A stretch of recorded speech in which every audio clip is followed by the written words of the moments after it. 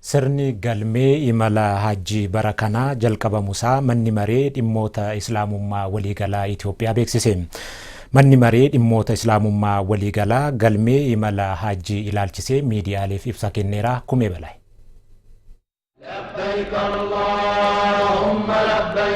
Manni maree dhimmoota islaamummaa waliigala Itoophiyaa sirna imala hajjii 1447ffaa kan bara 2018 ilaalchisuun miidiyaaleedhaaf ibsa kenneera. Mana maree dhimmoota islaamummaa waliigala Itoophiyaatti miseensa damee hojii raawwachiisaa fi itti waamamaan damee hajjii kan ta'an Dr. Mohammed Swalii imala sirna hajjii bara kanaaf waliigaltee ministeera hajjii biyya Saawudii Arabiyaa wajjin taasiseen uummanni keenya rakkoo tokko malee imala hajjii isaa akka taasisuuf hojii hedduu hojjetameera jedhaniiru. Manni maree dhimma islaamaa waliigalaa Itoophiyaa yeroo hunda uummanni keenya rakkoo tokko malee hajjii isaadhaa nagaan deemee akka galuuf ta'abaa hojjetaa irratti carraaqaa akka jiru beekamaadha.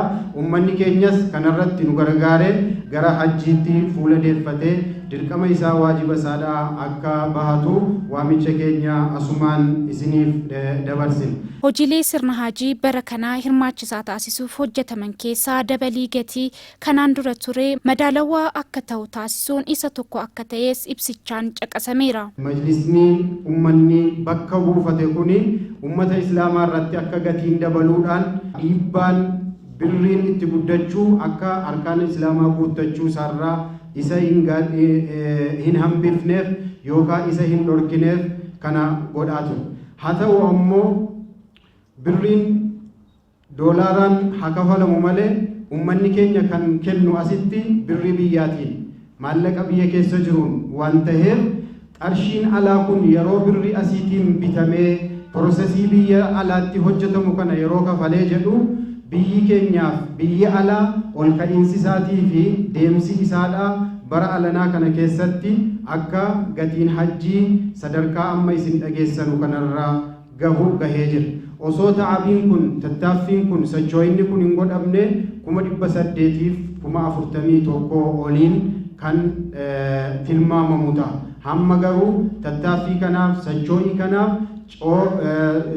shoora guddaa bahachuu koree kanaatiin gara 740tti akka gadi bu'u godhamee jira jechuudha. Hujjaajonni waraqaa ragaa dhaabbilee fayyaan mirkanaa'ee qopheessuu dabalatee yeroon galmee imala hajjii bara kanaaf kenname gabaabaa ta'uu isaa hubannoo keessa galchuu akka qabanis kaasaniiru. Masfartiiniif yookaan ulaagaaleen namni ittiin hajjii bara kanarratti hirmaatu waraqaa ragaa dhibee garaagaraa irraa bilisa ta'uu isaa kan mallatteessu qaama fayyaa irraa eeyyama qabu hospitaala haa ta'uu kilinika haa ta'uu qaama beekamaa ta'e irraa kan baafatee ittiin galmaa'u ta'a. Kunis hujjaajaaf yaaduudhaaf yookaan keessummoota rabbiitiif yaaduu irraa kan kaheedhaaf odeeffannoo guutuu achirraa fudhatee yeroo gabaabaa keessatti akka galmaa'u waamicha keenya asumaan dabarsina. Galmeen imala hajjii bara kanaa 22 hanga amajjii 18 bara 2018tti hujjaajota 6,000 buufataalee galmee 30 keessatti gaggeessuuf qophiin akka xumurame ibsichaan caqasameera.